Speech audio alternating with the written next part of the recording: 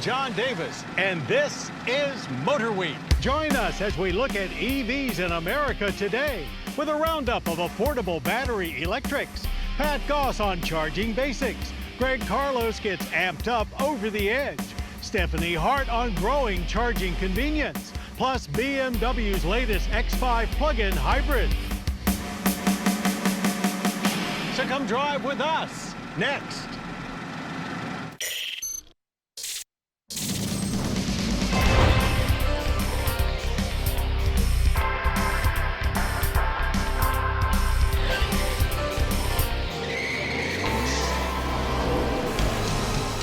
Motor Week, television's original automotive magazine, brought to you by...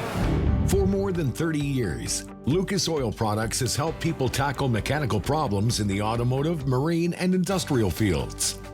From our original 4-core products, heavy-duty oil stabilizer, power steering stop leak, transmission fix, and fuel treatment, Lucas Oil has developed over 400 custom products to help both professionals and do-it-yourselfers. To learn more, visit lucasoil.com. Lucas Oil. Keep that engine alive. You're shopping for tires online and you have questions. I do.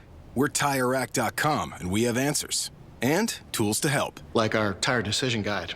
It's, take a look. TireRack.com. Find, deliver, install. Well, hello and welcome to a special edition of Motor Week, EV State of Charge, where we'll take a look at where the practicality of the electrified car stands today with insights into how that will progress in the very near future. While the letters EV for electric vehicle can mean different things to different consumers, we're going to focus on two types. They use a plug. Fully electric with power only from batteries, BEVs, and plug-in hybrids, PHEVs. They use both batteries and a gasoline engine. But since it is the battery electric vehicle that gets the most headlines, let's start with a roundup of affordable BEVs that you can actually buy today. Our focus is on BEVs with a starting price below $60,000. We're only including those with a range of more than 200 miles, as that's where people begin to feel comfortable about incorporating a battery electric vehicle into their lives. Starting with the first affordable vehicle to actually meet that mark, the Chevrolet Bolt EV. With a current range of 259 miles and a starting price of just $31,995, it delivered what no one else could when it arrived for 2017. Its 5-door hatchback shape offered a lot of utility as well, though now it's joined by an actual utility, the Bolt EUV. Range is 247 miles and starting price is $33,995. Crosstown rival Ford took a much different approach with the Ford Mustang Mach-E utility. While not their first EV, it's their most serious effort yet and has available range of 305 miles, priced from $44,595. Putting the Mach in Mach-E is the Mach-E GT.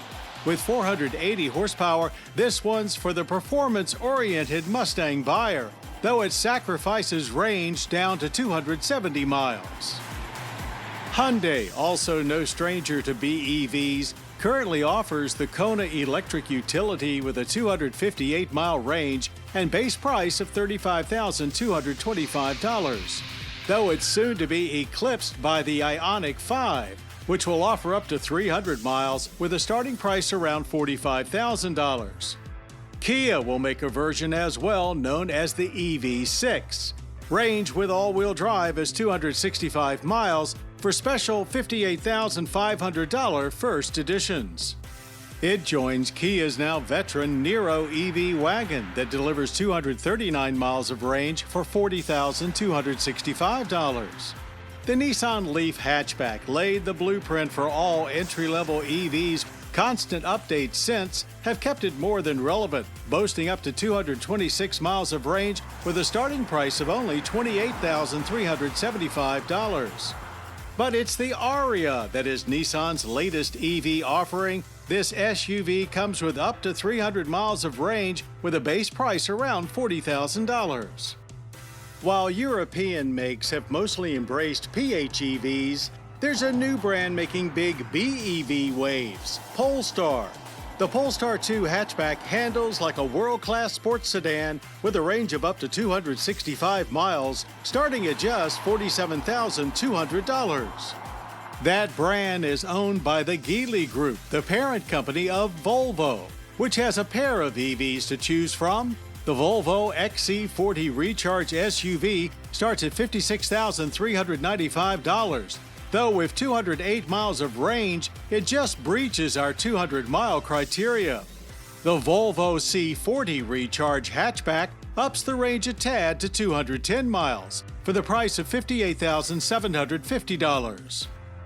After Dieselgate, Volkswagen made a tremendous commitment to developing EVs, and their ID.4 was the first vehicle of that new strategy to arrive. It offers true SUV utility and a range of 260 miles for the starting price of $41,190. And of course, there's Tesla, where your entry-level options consist of the Model 3 sedan with up to 353 miles of range, starting at $41,190, and the Model Y utility version with a max range of 326 miles, starting at the same $41,190. There are many more BEVs currently under development for the near future than have already arrived.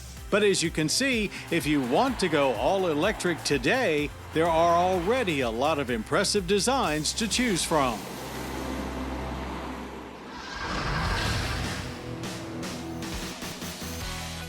Our success story this week takes us to Hartford, Connecticut, and a one-of-a-kind travel center that's a must-stop for clean alternative fuels. The Pride Travel Center already dispenses renewable green hydrogen as well as propane autogas and may add compressed natural gas. For those driving electric, Pride has both DC fast chargers and Tesla superchargers. We're very happy to have done it. The rest of the world needs to embrace all the new technology that's out there and admit that we have a very serious climate change problem. Working with the Capital Clean Cities of Connecticut, the Pride Travel Center makes it easier and more convenient than ever to fuel up while keeping emissions down.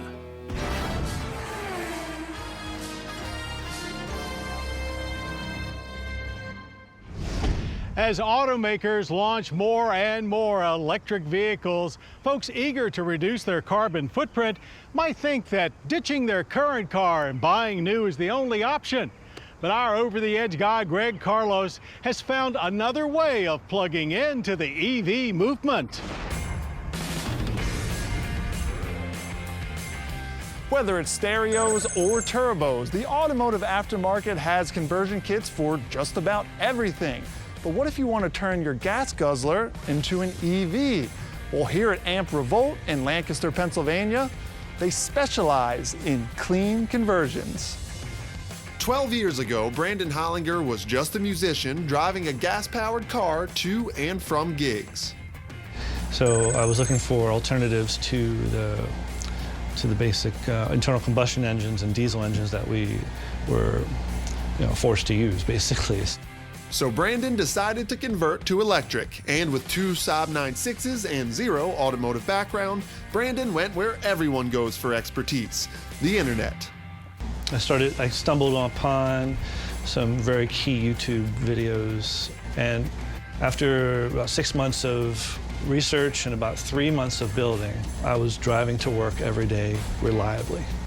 95,000 electric miles later, the Saab now sits in front of Amp Revolt's downtown garage where Brandon and project manager Greg Hunt convert customer cars, like this 96 BMW 3 Series. Some of these vehicles that have this lower power like this are really great because you can get them around town. You already had the vehicle, and it's like gonna have its second life now. So we were approached by a young fella to do an electric van for him, but as a solar educator, he was adamant about having solar involved. Using these rooftop panels, this soon-to-be camper can actually charge itself, providing about 150 to 180 miles of driving range. But they added DC fast charging capability for a rainy day. In their conversions, Ampervolt has begun using components salvaged from OEMs like Tesla, but repackaging the batteries presents a problem, so they designed and patented their own battery box. They slide in like drawers, and there are features in there that allow you to build up and also build out. They can even mount to a wall for stylish in-home power storage. Speaking of style, Brandon has his award-winning Austin FX4 London Taxi charged and ready to roll. Sure, it doesn't offer the smooth ride, sharp handling, or even borderline unnecessary acceleration of the latest EVs, but it still achieves the same goal: zero driving emissions. Going with electric vehicle is a start, but going with electric vehicle that doesn't rely on anything new to be built or minimal new parts is even better. Combining the two vehicles seems to be, without a doubt, the most conscious thing you could possibly do. The Lightning is back. Yes, the long-awaited all-electric Ford F-150 pickup will be named the F-150 Lightning. It will do the SVT proud, with over 560 horsepower, 775 pound-feet of torque, and mid-4-second 0 to 60s. But that's not what the Lightning is about. With a 10,000-pound tow rating and standard four-wheel drive, it delivers true truck capability. Plus, in an emergency, you can even power your house with it.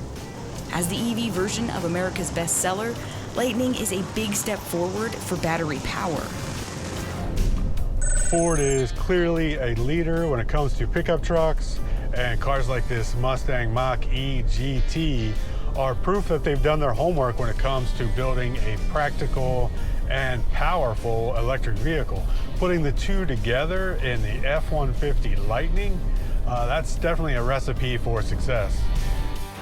We'll have much more on the 2022 Ford F-150 Lightning soon on Motor Week. Level 1, Level 2, DC fast chargers, superchargers. What does it all mean? Well, Pat Goss has the answers. So you need a new vehicle and you're thinking about something with electric propulsion. That might be an EV, an electric vehicle, or a plug-in hybrid. Either way you go about it, you need to recharge the battery in that vehicle. Now, most of them come with a level 1 charger, such as we see here. Now, this level 1 charger plugs into the regular household outlet, and it'll charge the battery slowly. Consider it kind of a weekend charger. Now, what that does is that for every hour that you charge the battery, you're going to get 4 to 5, maybe 6 miles of travel out of your battery. So you're probably going to want something better than that. So the next step up is a level 2.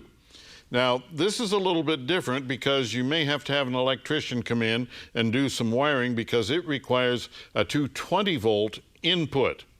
Now, the advantage to this is that it charges the battery more rapidly. In other words, for every hour that it charges your battery, you're going to get 10 or 12 miles of travel out of the battery. Now, then level 3. Now, these are mostly commercial, and you're going to find them in the big box store parking lots and along the interstates and so on. They have the ability to give you about an 80% charge in under an hour. So you see some superchargers and all of these different things that people talk about. Well, the thing to remember is that no matter what the charger has the ability to put out, the only thing that will go into your battery is what the architecture and battery of your car will accept. In other words, if you have the capacity to accept 50 kilowatt hours into your battery, into the system of your car, and you're plugged into a 150 kilowatt hour system, then all you're going to get is the 50, not the 150. So if you do your research and understand the chargers and what your car can accept, and you match the two together, you'll have a much better experience with your electric vehicle. Washington and the automakers are both encouraging consumers to embrace an electric car future with more affordable pricing and steadily improving EV driving range. But progress could stall if America's charging infrastructure isn't ready. Even with government support, it will largely be up to private companies to make charging widespread and convenient. Stephanie Hart shows us how one leading charging network is working furiously to bridge the gaps. Electrify America has 650 charging locations like the one behind me across America. Each location has 4 to 6 chargers. They've built this infrastructure up just over the last 3 years, and it continues to grow. We go out across the country and look at where vehicle adoption is happening, where people are traveling, whether it's on vacation, whether it's to work, and then seek out those locations to put charging stations in. Creating an army of fast chargers across the country. This is the future that's needed sooner rather than later. What we've done is deployed 150 kilowatt and 350 kilowatt. So what does that mean for a consumer? For a car that can take 150 kilowatts of charge, that's about 7.5 miles a minute. If a car can take 350 kilowatts, that's about 23 miles a minute. So think in 10 minutes you can get 230 miles of range. You're almost to the level of what it takes to gas up a regular gas-powered vehicle today. But how fast a battery electric vehicle can charge and how little time it takes depends on how it was designed. We've come a long way in a decade. Long gone are the early days of EVs. You may remember the max charge rate was 50 kilowatts. A 20-minute charge would get 60 miles of range back. Now at 350 kilowatts, drivers charge for 20 minutes and get almost 400 miles of range back. And it's only going to get better as technology gets better.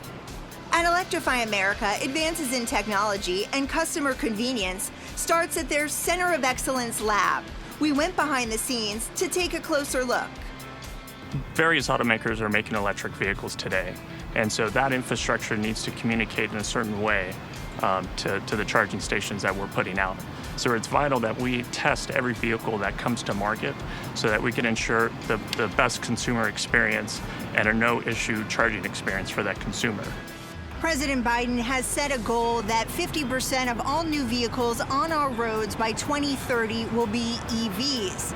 Will our charging infrastructure be ready? That's the question. Electrify America says yes, but there's a lot of work that still needs to be done. We work very closely with city and state governments to improve permitting processes to make things more streamlined and faster. We also work with utilities, right, to help understand their process, let them understand the needs of electric vehicle charging infrastructure and what we need to deploy. And together we're helping to improve the overall process to make timelines shorter to get that infrastructure built out. Electrify America and other major charging networks know it won't be easy, but the ultimate goal of protecting and preserving our planet for future generations is worth it. More and more of our quick spins involve all electrics these days, and it looks like yet another brand has joined the circuit. Mazda is the latest car maker to jump into the battery electric arena with this 2022 MX-30 EV. Designed with an urban environment in mind, range for this small crossover is only around 100 miles, but starting price comes in below $34,000. Plus, it looks just as good as every other current Mazda and delivers the typical Mazda driving experience we've come to love. So the MX-30 is really meant for the first-time EV buyer. And so one of the ways they have tailored the driving experience is the fact that you can really customize the regen braking settings. You have about 5 different settings. So you can either be one pedal driving, or you can have a driving experience that's much closer to an internal combustion engine. For now, the 2022 Mazda MX-30 EV is on sale in California only. But this is just Mazda's first step in their battery electric journey. And we'll have more quick spins soon. For this State of Charge EV special, we'll check in on both plug-in members of our long-term fleet, starting with this fully electric 2021 Porsche Taycan. It's the new base model BEV, which starts at just over $80,000 and is strictly rear-wheel drive, but with 469 horsepower. Ours features the larger 93.4 kilowatt-hour Performance Plus battery, which gives it a range of 225 miles. With us for just a few days now, we haven't tacked on too many miles yet, but the smiles are adding up quickly. Leave it to Porsche to make a proper performance-driven EV. This Taycan feels great on twisty back roads and the highway. I'll concede that the lack of engine and exhaust noise dampens the experience a tad, but the feel coming from the road into the cockpit, through the steering wheel and the seat, is authentic Porsche. Now, our 2021 Toyota Prius Prime plug-in hybrid is of course not fully electric, but its 8.8 kilowatt-hour battery does deliver 25 miles of EV-only driving. Then it behaves like a traditional Prius hybrid, shuffling between battery and engine power seamlessly depending on the current driving situation. On our lot for less than a week, we made a quick trip down to Georgia, finding the highway experience quite comfortable and composed. Extended high-speed travel is not the best way to maximize the benefits of a PHEV, but we're pleased with the 53.5 miles per gallon we've averaged over the first 1,500 miles. As far as battery electrics have come, they still don't fit into everyone's lifestyle. That's where PHEVs, or plug-in hybrid electric vehicles, come in. Here's a look at the latest such vehicle from BMW. Much like we are in a transitional phase from fossil-fueled cars to battery electric vehicles, PHEVs truly put that transition into practice. It's a pure EV when you want one, like commuting and around town, and a gas engine hybrid when you need one for longer trips. To that, the 2021 BMW X5 xDrive45e adds the capability families desire and the amenities luxury SUV buyers look for. BMW has been at the PHEV game for quite some time, long enough that this is now the second generation of the system found here in the X5. Previously four-cylinder based, the xDrive45e steps up to BMW's 3-liter inline-6 for the internal combustion portion of the drivetrain. An 83 kilowatt electric motor is added for a combined output of 389 horsepower and 443 pound-feet of torque. Battery capacity doubles in size to 24 kilowatt-hour, providing 30 miles of EV driving. Government fuel economy ratings are 20 combined and 50 combined for the MPGe. That's a much better than average energy impact score of 6.7 barrels of yearly oil use with just 2.9 tons of annual CO2 emissions. But this is still a BMW, so performance remains a big part of the equation. The powertrain delivers big torque off the line, and standard xDrive all-wheel drive ensures all of it gets to the pavement for a very quick getaway. We hit 60 in just 4.7 seconds. All of the battery cells and associated hardware add a lot of weight to the X5. But it still handled itself with grace through our handling course. Steering lacks road feel, but is quick and has a sporty weight to it. Body roll is minimal, with no excessive oversteer or understeer to contend with. Everything inside is equal parts luxurious and techy, with a long list of standard equipment. The xDrive45e is basically two vehicles in one, yet its starting price at $64,695 is just $4,300 over the base model, and far from the most you can spend on an X5.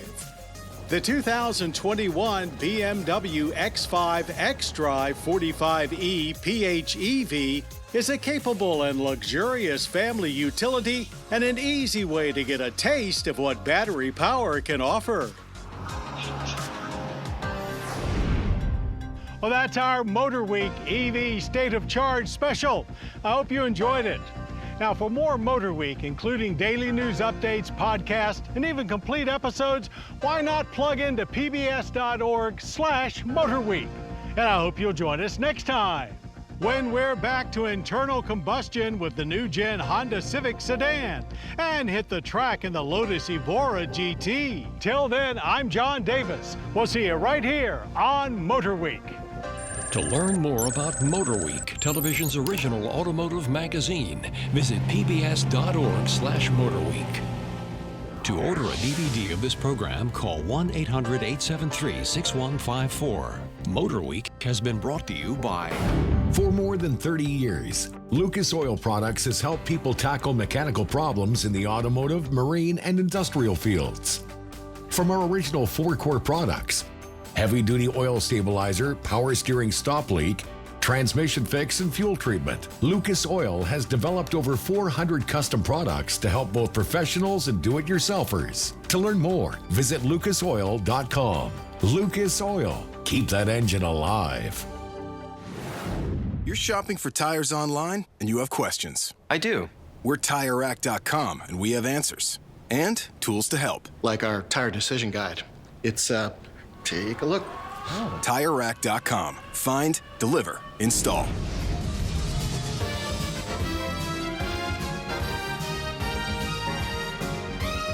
This program was produced by Maryland Public Television, which is solely responsible for its content.